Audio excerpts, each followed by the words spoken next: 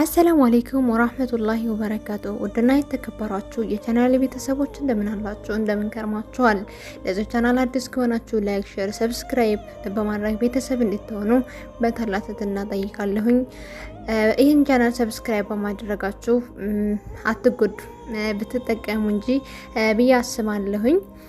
እንግዲህ የመጀመሪያዋ ሰማዕታት ሱመያ ቢንት ኸይጥ የሚል ሙሉ ታሪክ እየላችሁ መጥቻለሁኝ። ሱመያ ቢንት ኸይጥ ሙሉ ክፍል። እሙ አማር ሱመያ ቢንት ኸይጥ ረዲየላሁ አንሁ ትባላለች። ከእስልምና በፊት የአቡ ጀህል አገልጋይ ባሪያ ነበረች። አላሁ ሱብሃነሁ ወተዓላ ነቢዩን ሰለላሁ ዐለይሂ ወሰለም እስልምና አሲዞ በላከ ጊዜ እሷ ባሏና ልጇ ሰለሙ። ቤተሰቦቿ ደሃና የሚላስ የሚቀመስ የሌላቸው ችግርተኞች ቤተሰብ ነው። ሀብት የለው ወገን የለው። እስልምናን በተቀበለ ወቅት አቡ ጀህል ይህን ቤተሰብ ይፈታተን ጀመር። ከያዙት እምነት እንዲመለሱ በማሻት ያለመቋረጥ የቅጣት መዓቱን ያወርድባቸው ነበረ። በቃጠሎና በጥም ነፍሳቸውን እስኪስቱ ድረስ ያሰቃያቸዋል። በከባድ የበረሃ ሐሩር ላይ ያስፈራራቸዋል። የአላህ መልእክተኛ ሰለላሁ ዐለይሂ ወሰለም እነርሱን እየተቀጡ ባሉበት ሁኔታ በአካባቢው ያልፉ ነበር። ስቃያቸው በርትቶ ደማቸው ሰውነታቸው ላይ ሲፈስ ያያሉ። በቅጣትና በግፍ ብዛት በሰውነት ቆዳቸው ቀርቶ ደም ሲያሰቃያቸው አባብሶታል።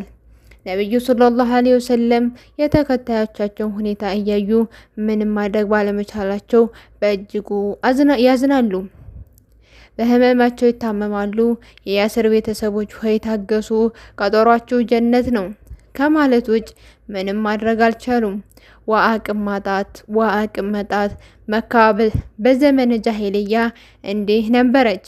ሀብታሙ ድሃውን የሚቀጣበት፣ ጉልበት ያለው ደካማውን የሚሰባብርባት።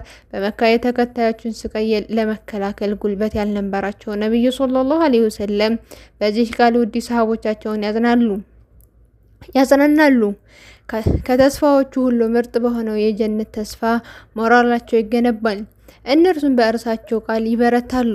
እርሳቸውም ሲያዩ በተስፋ ይሞላሉ። ውስጣቸው በደስታ ይፈካል። ወዲያውኑ የዚህ ኡመት ፊርዓውን የተባለው የተረገመው አቡ ጀህል ብቅ ይላል። ሲያቸው ንዴቱ ይጨምራል፣ ቁጣውም ይያያዛል። ቅጣቱም ከፋ ያደርግባቸዋል። ሙሐመድና ጌታውን ስደቡ፣ የሁበልና የውዛ ጣዖትንም ስም ከፍ አድርጉ በማለት ያሰቃያቸዋል። ቅጣቱ ጽናት፣ ትዕግስት እንጂ አይጨምርላቸውም። እልሁ የተባባሰ በመጥፎ ሰው አቡ ጀህል አንካሴውን ያነሳል። ወዲያውኑ በቁጣ ጀግናዋ ሴት በሰው ልጅ ታሪክ ውስጥ ታይቶ የማይታወቀው የጭካኔ አወጋግ ይወጋታል። ብልቷ ስር ነበር የወጋት። ደሟ በከፍተኛ ሁኔታ ይፈሳል። የእናትነት አጥንቷ ይሰባበራል። ትጮሃለች። ልጇና ባለቤቷ ስቃይ ላይ ሆነው ከጎኗ ናቸው። ድርጊቱን በታሰሩበት ሆነው ከመመልከት ውጭ ምንም ሊያደርጉላት አልቻሉም። አቡ ጀህል ይሳደባል፣ ይራገማል። እሷ ሞት አፋፍ ላይ ሆና ጽናት ታሳያለች። አላሁ አክበር ትላለች። አቡ ጀህል የተጎዳ አካሏን በጣጠሰው። ስጋዋን እዚህም እዚያም ተከፈተ። በዚህ መልኩ ስቃይ ላይ ሆና ሞተች። አዎ ሱመያ ሞተች። ድኗን ይዛ አቋሟን ጠብቃ ወደ መጨረሻው ዓለም ሄደች። በእስልምና ታሪክ የመጀመሪያው ሰማዕታት የሆነችው አላህ ይዘንላት። ዛሬ እኛ እንደ ዋዛ የተመለከትነው እስልምና በዚህና በመሳሰሉ መልኩ ስቃይ ተከፍሎበታል። ከወንድም ከሴትም በርካታ መስዋዕትነት የሆኑለት ነው። ከኛ ዝና የደረሰው እኛ ግን ሌላው ቀርቶ ምንዳ በሚያስገኙልን ሸሪዓዊ ድንጋጌዎች ላይ እንኳን መጽናት አቅቶናል። ሂጃብን አስተካክለሽ ልበሺ አለብሽም በሚል ግብ ውስጥ ነን። ተኳኩለሽ አትውጪ አንወጣም በሚል ሰጣ ገባ ውስጥ ነን። ይህ ሁሉ የእምነታችን ደረጃ ጥልቀቱ ምን ያህል እንደሆነ አመልካች ነው። የያስርና የሱመያ ቤተሰብ አላህ መልካም ስራቸውን ይውደድላቸው። የእስልምና ሰማዕታት ታሪክ ሲወሳ መዝገቡ በቅድሚያ የሚጠራው ወንድን ሳይሆን ሴትን ነው። እስልምና ሱመያን የመጀመሪያ ሸሂድ ይላታል። አዎ ሱመያ ሸሂድ ነች። በአላህ መንገድ ተሰዋች። ድኗን እንደያዘች ዝንፍ ሳትል አለፈች። በእርግጥ ከቀደምት ሙስሊሞች ተጋድሎ ብዙ የምንማራቸው ቁም ነገሮች አሉ። ምንኛ እድለኛ ናት! በአላህ ጌታዋ የሚፈልግባትን አድርጋለች። ሞተች። ውዴታዋ ምኞት ሁሉ ጣሪያ አድርጋ ሞተች። በሃይማኖቷ ላይ ጸናች። ሃይማኖቷን ይዛ ሞተች። እስልምና ከወጣችም ሆነ ከጎልማሳ ከሴትም ሆነ ከወንድ ብዙ ጀግኖችን አሳርፏል። እና ሱመያ አንዷ ናት። የነ አማር እናት፣ የነ ያሲር እናት ለባለቤቷ የአሰቃቂዋ የማሰቃየት ሰቆቃ ግድያ አልሰጣትም። የስቃይ ብዛት ከእምነቷ አልመለሳትም። አላህ መልካም ስራዋን ይውደድላት፣ ከምርጥ ጀነቱ ያሳርፋት። አዲስ ትውልድ እንጂ አዲስ እስልምና የለም። ሁሌም ስለነበሩ እስልምና የሚያቀነቅኑ አሉ። ነባሩ ነው የሁል ጊዜ ጩኸታቸው። ለነባሩ እስልምና እንቆራቆራለን ይላሉ። የነባሩ እስልምና ነገር ግን ያሳስበቸዋል። ግን ለኢስላም ያላቸው ጥላቻ ድብቅ አይደለም። ኢስላማ ከንቲባ በሚል ጩኸት ደግሞ ይበልጥ የሚታወቁ አሉ። ግለሰብ አስታወስከው ሃይማኖቱ ላይ ይዘምታል። በተለይ ደግሞ ሂጃብ ሲያዩ ያስለፈልፋቸዋል፣ ያሳብዳቸዋል፣ አንዳች ነገር ያደርጋቸዋል። ባገኙት አጋጣሚ ሁሉ እስልምናን ከጽሁፎቻቸው ጋር የሚቀላቅሉ፣ ፊት ለፊትም በጎንም የሚዋጉ የሚሸነቁሩ አሉ። ከኢስላም ጋር የማይገናኝ ጥፋት ሁሉ አምጥተው ያገናኛሉ። በሰዎች ላይ አሉታዊ ምስል እንዲፈጠር ዘመቻ ይከፍታሉ። አዲሱ እስልምና እያሉ ይጮሃሉ። የሚጮሁት ወደው አይደለም። ለእስልምና ለድሮ ሙስሊሞች አስበው አይደለም። የሚቀርባቸው ጥቅም ስላለ ነው። ዛሬ ላይ እምነት ፖለቲካ ሆኗል፣ ፖለቲካም እምነት ሆኗል። ሰዎች ዋሽተውም ጩኸውም አስመስለውም አላማቸውን ለማሳካት ወደ ይሯሯጣሉ፣ ይራወጣሉ። ሙስሊሙ እየነቃ መሄድ፣ አገራዊ ተሳትፎ ከፍ ማለት፣ እዚህም እዛም ድምፁን መሰማት፣ ሂጃብና እስላማዊ ስሞችን በየቦታው መታየት አብዝቷል። ያስጨንቃቸዋል፣ ምቾት ይነሳቸዋል። ስለሆነም የራሳቸውን ጥላቻ ለሌሎች ስጋት እንደሆነ ያቀርባሉ። መንግስትም ያስፈራሩበታል፣ ግለሰባውያንም ያሞኙበታል፣ ተከታዮችንም ያሸብሩበታል። ነባሩ እስልምና ሲሉ እነሱ የሚያስቡት ዝም ያለውን ነው፣ የተኛውን ነው፣ ባሪያውን ነው፣ አገልጋዩን ነው፣ ተከታይ ነው። ድምፁም ተጽዕኖ የሌለው ነው፣ መኖር አለመኖር የማይታወቀውን ነው። ነባሩ ሙስሊም በእነሱ ሀሳብ ገለጻ እንዲህ ነው። በእነሱ ቤትና በሰው ሀገር የሚኖረው ሁለተኛ ዜጋ መብቱ የማይጠበቅ ነገሮች ለምን የማይል በሌሎች ጥፋት ይቅር የሚለው ተበድሎ አልተበደልኩም የሚለው ነባሩ ሙስሊም የማይማረር ትምህርት ምንም ያደርግልኛል የሚል ቢማርም የማይጨርስ ቢጨርስም መንግስት መስሪያ ቤት የማይቀጥር የኔ ዘርፍ ልማዳዊ ንግድ ነው የሚል የሚነግድ የሚያጎበድድ ነባሩ ታቦት የሚሸኝ ለመላእክት የሚሳለፍ የሚደመር የሚዘምር ማህበርተኛ እምነቱ እውቅና የሌለው ማንነቱ የማይታወቅ እዚያም በድሮ ሁኔታ ባለበት የሚኖር የማይነቃ የማይበቃ የማይሰለጥን ለሌሎች በዓል የሚያደምቅ ስለ ድኑ ምንም የማያውቅ ባህሉን ከእምነቱ የሚደባልቅ ስህተት ቢሆንም ድሮውንም መንገድ ካልሆነ የሚል ሳያውቅ የሚከራከር ነው።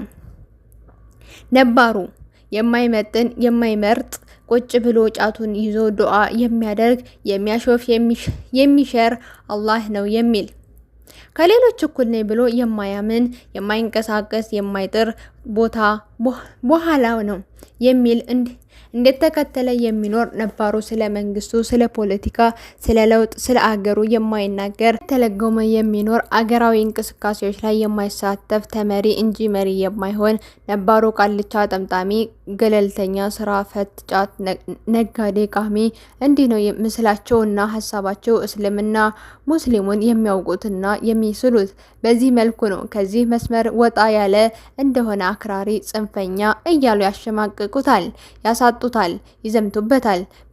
በእነርሱ ሀሳብ የተማረውና የነቃው ሙስሊም አክራሪ ነው፣ ለአገርም አደጋ ነው። ነባሩ እስልምና መለስ የሚደንቀው ዘመድኩን የሚያንቀለቅለው ሽፈራው የሚጮክለት በረከት የሚናገርለት ግን ወዳዶቹ አው እስልምና ጥንትም ነበር፣ እስልምና ጥንትም ንቁ ነበር። ምንም የተለወጠ ነገር የለም። አዲስና ንቁ ትውልድ እንጂ አዲስ የመጣ እስልምና የለም። አላህ ስም እጅግ ሩህሩህ በጣም አዛኝ በሆነው። ከእስላም ሊቃውንቶች አንዱ እንዲህ ሲል ተጠየቀ። የሙስሊሙ ሁኔታ ዛሬ እንደሚታየው ስቃይና መከራ በዝቷል፣ ውርደትና እንግልት አይሏል። እዚህ ደረጃ ያደረሰው ምንድን ነው? አሊሙም ሲመልስ እንዲህ አለ። 8 ከ3 ያስበለጠን ጊዜ ነው አለ። 8 ምንድን ነው? 3ስ በማለት ሲጠየቅ እንዲህ መለሰ። እስኪ እንዲህ የሚለውን የአላህ ቃል እናንብበው።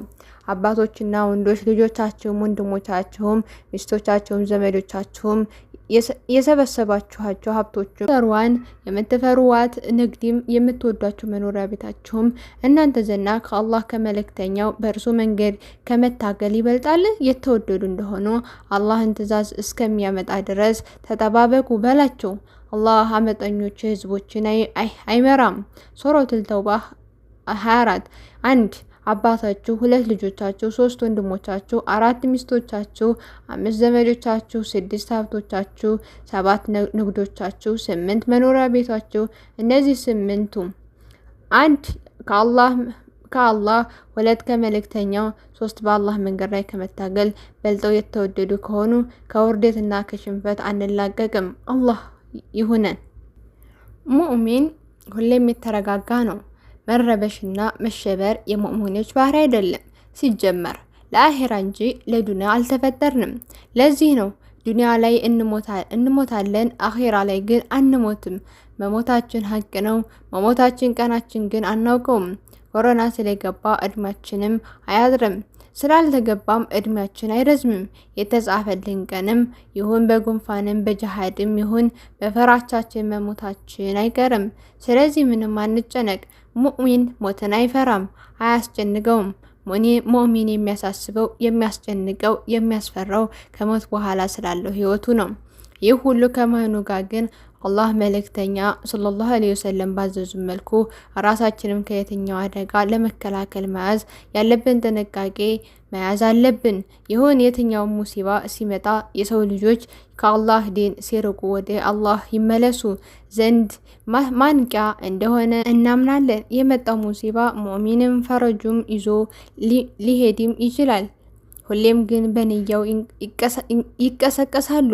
ወረሺ ደግሞ የአላህ መልእክተኛ እንደ ነገሩ በከሃዲያኖች ላይ ቅጣት ሲሆን ለሙእሚኖች ደግሞ የወንጀላቸው ማራገፊያ ይሆንላቸው ዘና ከዚህ አልፎ በወረርሽኝ የሞተ የሆነ ሰው የሸሂድ እንደሆነ ነው አበስረውናል። ታዲያ ቢከሰትና በወረርሽኝ ብንሞት እንኳን ትክክለኛ ሙእሚን ከሆንን ሸሂድ እንዲሆን ምን ሆነን ከተነገረን መደሰት እንጂ ምን እንጨነቃለን? አሁንም ልብ በሉ። ይሁን ከሱ የባሰ ወረርሽኝ ቢመጣ አንሸበረም። አላህ በወሰነልን ጊዜ ብቻ እንደምንሞት ምንም ስለምናምን በአላህ ላይ ተመክተን እንቀመጣለን። ከመሆኑም ጋራም ሊተላለፍባቸው የሚችል መንገድ ሁሉ ራሳችን እንጠብቃለን። አላህ ይጠብቀንና አንደኞቻችን ብንያዝ ራሱ የዘርፍ ባለሙያዎች መድኃኒት የላቸውም የሚሉት አባባላቸው አንቀበላቸውም። ምክንያቱም የአላህ መልእክተኛ በነገሩን አላህ አንድም በሽታ አያወርድም ለሱ የሚሆን መድኃኒት ቢያወርድለት እንጂ ብለውናል፣ ነግረውናል። ስለዚህ አላህ ይጠብቀን። ብንጠቀም ወይም ተጠቃሚ ቢያደርገን አላህ ላይ ሙሉ ተወክል አድርገን ሸሪዓዊ የሆኑ ሕክምናችን እንጠቀማለን። ለምሳሌ በቁርአንና በሐዲስ ሩቃ ማድረግ፣ ስለ ሩቃና መጠበቂያ የመጡን አዝካሮች መጠቀም፣ እንደ ጥቁር አዝሙድ፣ ነጭ ሽንኩርትና ማር ያሉ ዘርፎችን ብዙ መድኃኒቶችን ያላቸው ነገሮችን መጠቀም አለብን። ከዚያ በኋላ አላህ ከወሰነብን እንሞታለን፣ መዳናችን ከወሰነ እንድናለን። ልንሞት የተፈጠርን መሞታችን ላይ ገር ጉዳይ በሽታ ገባ ብለን አሁንም እንሸበራለን። በመጨረሻም የአላህ ቀደር የሚቀድም ነገር አለ እንዴ? ሌላ ካመን በኋላ ይህን በሽታ ለብዙሃን መሞት ምክንያት መሆኑ ስለተረጋገጠና ወደ ሀገራችን መግባቱ ሁላችንም ወደ ራሳችን ዘወር ብለን መመልከት አለብን። አላህ ወስኖት ብንያዝና ብንሞት ወደ አላህ ምንም ይዘን ነው የምንሄደው? ይህ የሁላችንም ጥያቄ ነው። አላህ በመሆኑ ከወንጀሎቻችን ራሳችን አቅበን እዳ ካለብን ከፍለን ከሰው ጋር የተቀያየምን ካለምን አፉ ተባብለን ከቻልነው አቅም ራሳችንን ንጹህ አድርገን ለአላህ ቀጠውና ሰኪት ብለው ማመጽ ይኖርብናል። በተረፈ ግን አላህ ሁሉንም አላህ የወሰነው የማይቀርና አላህ ያልወሰነው እንደማይሳካ አምነን ማድረግ ያለብን ጥንቃቄ ከማድረጋ ከመሸበር ከመጨነቅ ልንርቅ ይገባናል። ውድና የተከበራችሁ የቻናሌ ቤተሰቦች ለዛሬ ይዤላችሁ የመጣሁት ንባብ ይህን ይመስላል። ታሪኩን ከወደዳችሁት ላይክ፣ ሼር፣ ሰብስክራይብ እያደረጋችሁ ለዚህ ቻናል ቤተሰብ ሁኑ። እንግዲህ የመጀመሪያ ሰማዕታት ሱመያ ቢንት ኸይጥ ናት። እንግዲህ እንደምትማሩበት ተስፋ አደርጋለሁኝ። ሁላችንም ልንማርበት ልንገነዘብበት የሚገባ ታሪክ ነው ብዬ አስባለሁ። ምክንያቱም አሁን ላይ ያለ ሂጃብ አስተካክለን አንለብስም፣ ብዙ ነገር አለ። አንድ ሰው መጥቶ ሲናገረን እናንተ ናችሁ እንደዚህ ልታስተምሩ የምትፈልጉት ምናምን በጣም ብዙ ኺላፎች አለበት እና ከዚህ ነገር ተቆጥበን ራሳችንን ብንቆጥብ ሀሪፍ ይመስለኛል። በተረፈ ወዳችኋለሁ። ሰብስክራይብ አድርጉኝ፣ ላይክ፣ ሼር፣ ሰብስክራይብ፣ ኮሜንት አድርጉኝ። የእናንተ ኮሜንት አስተያየት ለእኔ በጣም ይጠቅመኛል። ስለዚህ ኮሜንት አድርጉልኝ ሲወዳችሁ ማለት ነው። አስተያየታችሁን ማስተካከላችሁን ነገራቶች ካሉ ደግሞ በኮሜንት አሳውቁኝ ማለት ነው። በተረፈ ወዳችኋለሁ። ሰላም አለይኩም ወራህመቱላሂ ወበረካቱ። ባይ ባይ።